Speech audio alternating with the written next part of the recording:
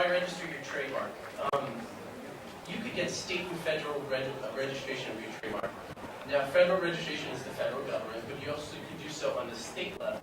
What state level allows in cases of counterfeiting, which is those fake watches or fake bags down in Canal Street, you could have people arrested for this, and that's why you would register with the state. If you're going to start a lawsuit, you should have a trademark registration. It's not always required, but it helps. You can record it with customs. What this means is if somebody's trying to bring illegal types of your works in from overseas, customs can seize it. Prima facie evidence of rights. What this means, prima facie means on its face. That means if you're involved in a lawsuit, everything that's in that trademark registration is going to be taken as true. And it's the other side has it's their burden to prove that everything in the trademark registration is false, including when it was registered and the actual protection of the work. Nationwide priority. What this means is if you open up a comic book store here in New York, and somebody in Los Angeles opens it with the same exact name, and you have it trademarked, you may be, in certain cases, able to stop somebody else from using your name. And it serves as a deterrent. If you have a trademark, nobody's going to use the name Superman because you know it's trademarked, so you're not going to try to make, hopefully try not to make a t-shirt that says Superman on it. And it's a prerequisite to get certain damages that we'll talk about in a little bit. Copyright, it's a similar reason why you want to register your copyright. You establish a public record that's prima facie on its face, evidence of everything that's in the registration. Again, you can protect against the importation and the exportation of pirated goods. What pirated goods are those illegal DVDs that they sell, usually on the street, and sometimes out there. I've seen some. And so you can stop the importation and exportation. It's a prerequisite for certain damages that we'll talk about in a little bit. And if you want to start a lawsuit for somebody for copying your work, you must have it registered. What this means is if somebody takes your comic book, if somebody takes your screenplay, they copy it word for word. If you don't have it registered, you usually cannot sue for copyright infringement. So it's very important to register your copyrights. Now, how do you register your copyrights? This is something that's very easy to do. You could pay any less than 3 fine attorneys more than enough money to register your copyrights and be very happy to do it for you. However, you can do it yourself. If you go to the website www.copyright.gov, they walk through every step of how to register a copyright. Now that's what you get. It's a form. It's not very impressive. There you go. It's even less impressive in person. It's 2 pages on a piece of paper, and you have to fill that out. The form is online. It walks you through the steps. What you need to show is the title. You need to show the year it was created and other questions that are very easy to do. The second thing you'll need is the deposit materials. What's that? This is what you want to actually have protected. If you have a comic book, it might be the comic book. If you have music, it might be a CD or a liner of the actual composition itself. If you have a computer program, it might be the source code or it could be a CD-ROM of the computer. But that's what you would submit along with the form. And third, it costs money. $45. It's a bargain. Register your copyrights. If you do it online, only $35.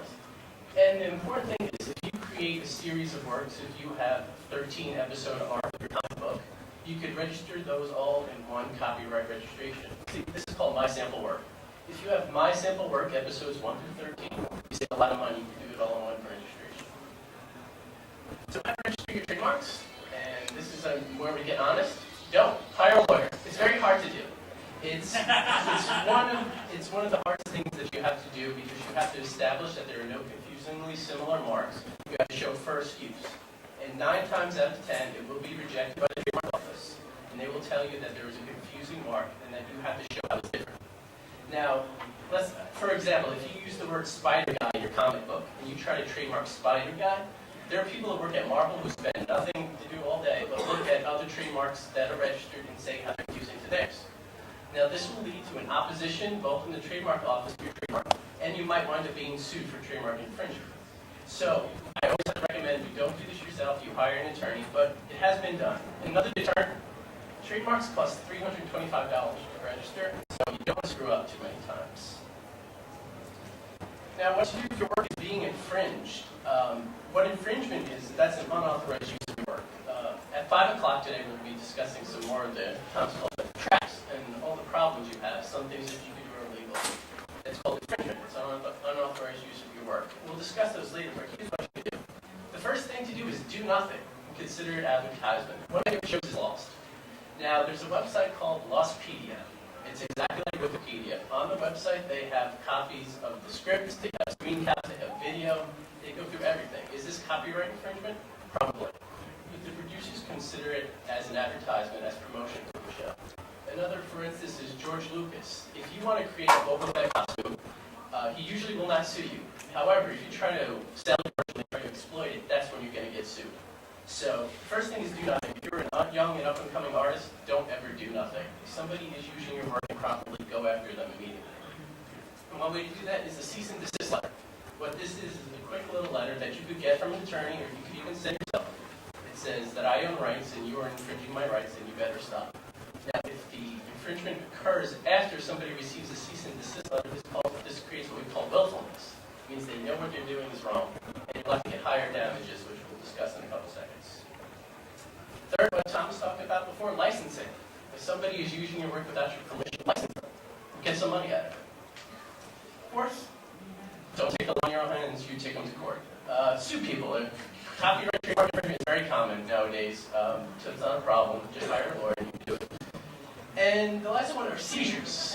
What seizure art is, what I do probably once a week, is we go down in Chinatown. If they were selling counterfeit goods, or if they were selling pirated goods, we could take them.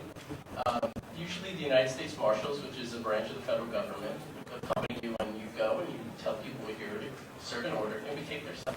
And it sounds mean, but the stuff is all illegitimate and fake. Now, damages, what can you get if somebody is infringing your work? First, you get your actual damages or profits.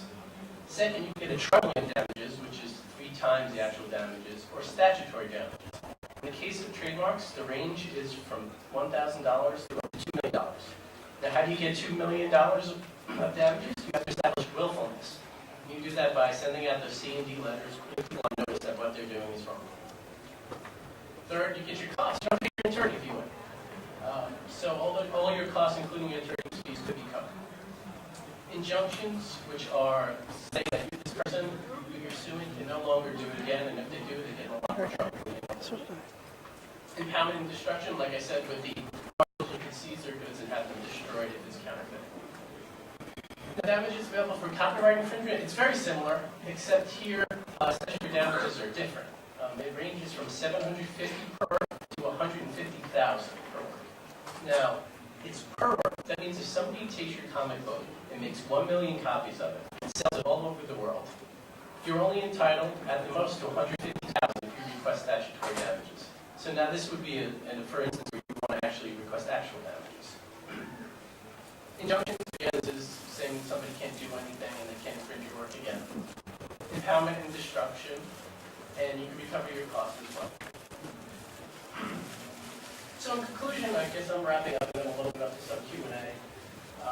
What IP owners need to do, stay vigilant, make sure you monitor the internet, make sure nobody's using your works improperly. If somebody is, immediately get on them, hire an attorney, you send out a C&D letter. Monitor trademark filing, see if somebody's trying to register a trademark that's similar to yours. And most importantly, is register your trademarks and copyrights. Always do so. Use contracts to protect your ideas, and don't infringe other people's rights against permission.